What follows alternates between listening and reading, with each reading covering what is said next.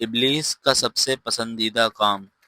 رسول اکرم صلی اللہ علیہ وسلم نے فرمایا، ابلیس کا ٹھکانہ پانی پر ہے، وہاں سے وہ اپنے لشکر روانہ کرتا ہے۔ اس کے غلاموں میں سے سب سے زیادہ پسندیدہ شیطان وہ ہوتا ہے جو سب سے زیادہ لوگوں کو فتنے میں ڈالتا ہے۔ اس کے لشکروں میں سے ایک آ کر کہتا ہے کہ میں نے ایسا ویسا کیا، وہ کہتا ہے کہ تم نے کچھ بھی نہیں کیا۔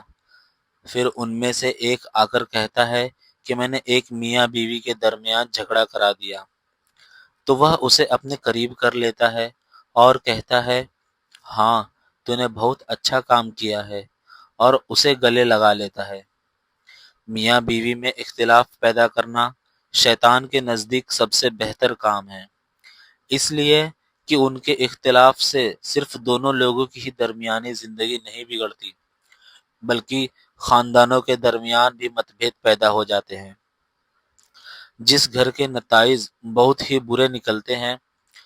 لہٰذا میاں بیوی کو چاہیے کہ موقع پر اعوذ باللہ من الشیطان الرجیم پڑھا کرے۔ جنوں کی چال بازی۔ نبی کریم صلی اللہ علیہ وسلم نے فرمایا، جب اللہ عز و جل آسمان میں کسی بات کا فیصلہ کرتے ہیں تو فرشتے اس فرمان کو سن کر سر جھکائے ہوئے ڈر سے پنکھ ہلاتے ہیں، پھر ان کے دلوں سے اللہ عز و جل کے فرمان کی ہیبت دور ہو جاتی ہے۔ وہ ایک دوسرے سے کہتے ہیں، اللہ تبارک و تعالی نے، تمہارے رب نے ابھی ابھی کیا فرمایا ہے؟ تو دوسرے جواب دیتے ہیں، حق فرمایا ہے اور وہ بہت بلند اور بہت بڑا ہے۔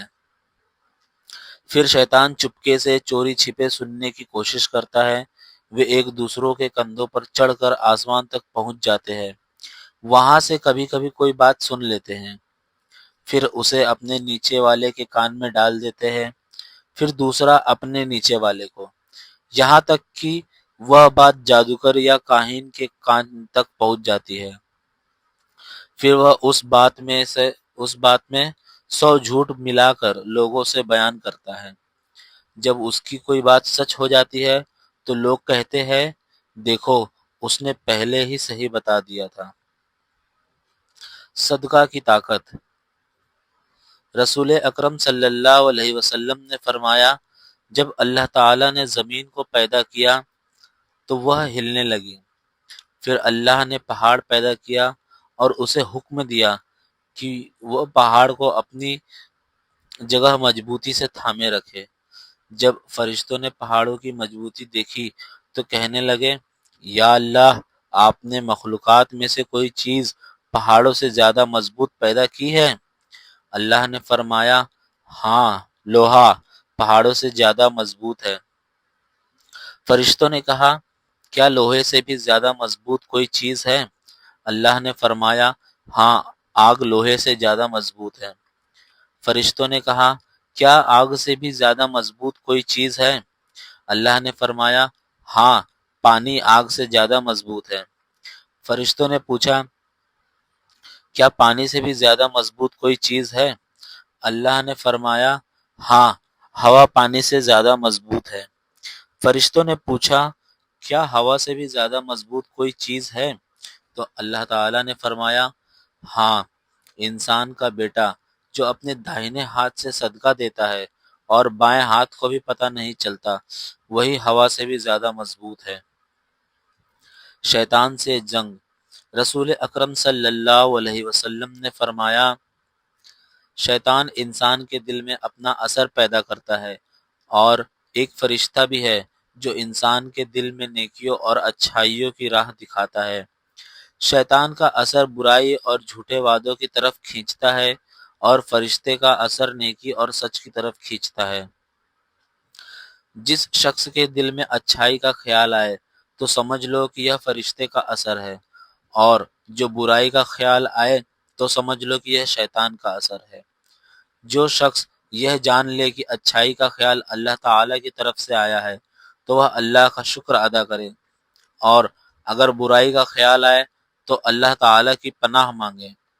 پھر رسول نے یہ آیت تلاوت فرمائی، شیطان تمہیں تنگی اور برائی کا ڈر دلاتا ہے، اور اللہ تمہیں اپنی طرف سے مغفرت اور فضل کا وعدہ دیتا ہے، اور اللہ بڑا وسیع اور سب کچھ جاننے والا ہے۔ 3 گناہ معاف نہیں ہوں گے۔ حضرت ابن عباس رضی اللہ عنہ سے روایت ہے کہ نبی اکرم صلی اللہ علیہ وسلم نے ارشاد فرمایا، اللہ تعالیٰ فرماتا ہے، میں اپنی قسم کھاتا ہوں کہ 3 گناہ معاف نہیں کروں گا، باقی تمام گناہوں کے علاوہ جسے چاہوں گا معاف کر دوں گا، لیکن ان 3 گناہوں کو معاف نہیں کروں گا۔ پہلا، اللہ تعالیٰ کے ساتھ کسی کو شریک ٹھہرنا۔ دوسرا، جادو کرنا یا کروانا۔ تیسرا، اپنے مسلمان بھائی کے ساتھ حدر کرنا۔ تفسیر، یعنی اگر کوئی ان گناہوں میں سے توبہ کیے بغیر مر جاتا ہے تو گناہ معاف نہیں کیے جائیں گے، باقی گناہوں کے علاوہ جن کے بارے میں اللہ چاہے گا تو اپنی رحمت سے معاف کر دے گا۔ اللہ تعالیٰ کے ساتھ کسی اور کو ساجد ٹھہرانے والا کا گناہ کبھی معاف نہیں کیا جائے گا۔ جادو، یہ بہت بڑا گناہ ہے جو آدمی کو ایمان سے باہر کر دیتا ہے۔ حدر، یعنی اپنے مسلم بھائی سے نفرت کرنا اور ہمیشہ کے لیے رشتہ توڑ لینا۔ رسول صلی اللہ علیہ وسلم نے فرمایا، 3 دن سے زیادہ اپنے بھائی سے نہ بولنے والا آدمی دوزخ میں جائے گا۔ اس لیے گناہوں سے بچنے کا بہت زیادہ اہتمام کرنا چاہیے۔ قرآن یاد کرنے کا آسان طریقہ۔ جو بندہ 3 بے حد آسان کام روزانہ کی بنیاد پر کرنے کی کوشش کرے، اس کی زندگی میں کبھی بھی قرآن نہیں بھول سکتا، مگر موت ضرور آ سکتی ہے۔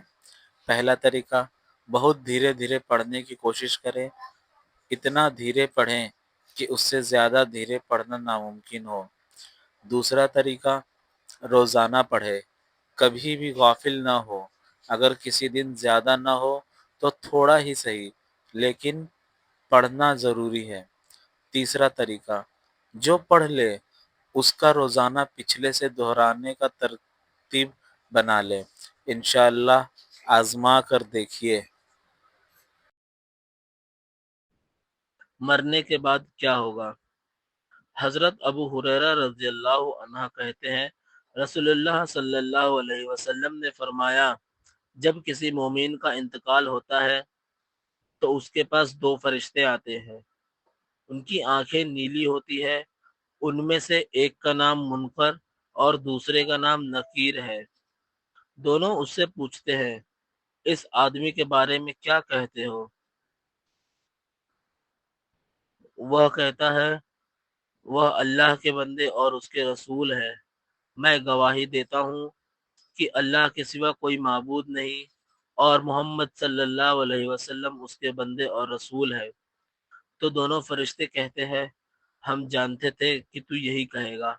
پھر اس کی قبر کو 70 ہاتھ تک پھیلا دیا جاتا تھا اور اس کے لیے جنت کا دروازہ کھول دیا جاتا ہے، پھر اس کے پاس روشنی اور ٹھنڈک آ جاتی ہے، پھر اس سے کہا جاتا ہے سو جاؤ، وہ کہتا ہے مجھے اپنے گھر والوں کے پاس واپس کر دو تاکہ میں جا کر انہیں بتا دوں۔ تو فرشتے کہتے ہیں سو جاؤ، دلہن کی طرح جسے کوئی جگائے نہیں سوائے اس شخص کے جو اس سے سب سے زیادہ پیار ہو، یہاں تک کہ اللہ اسے اس کی قبر سے اٹھا دے گا۔ لیکن اگر وہ منافق ہو تو فرشتے اس سے پوچھتے ہیں، اس آدمی کے بارے میں کیا کہتے ہو؟ وہ کہتا ہے، میں نہیں جانتا، میں نے لوگوں کو کچھ کہتے سنا تو نہیں، وہی کہتا رہا۔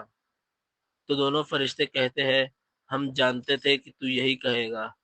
پھر اس کی قبر اس کے لیے تنگ کر دی جاتی ہے، یہاں تک کہ اس کی پسلیاں ایک دوسرے میں گھس جاتی ہیں، اور اس کے لیے آگ کا دروازہ کھول دیا جاتا ہے، جس سے وہ قبر میں ہی عذاب میں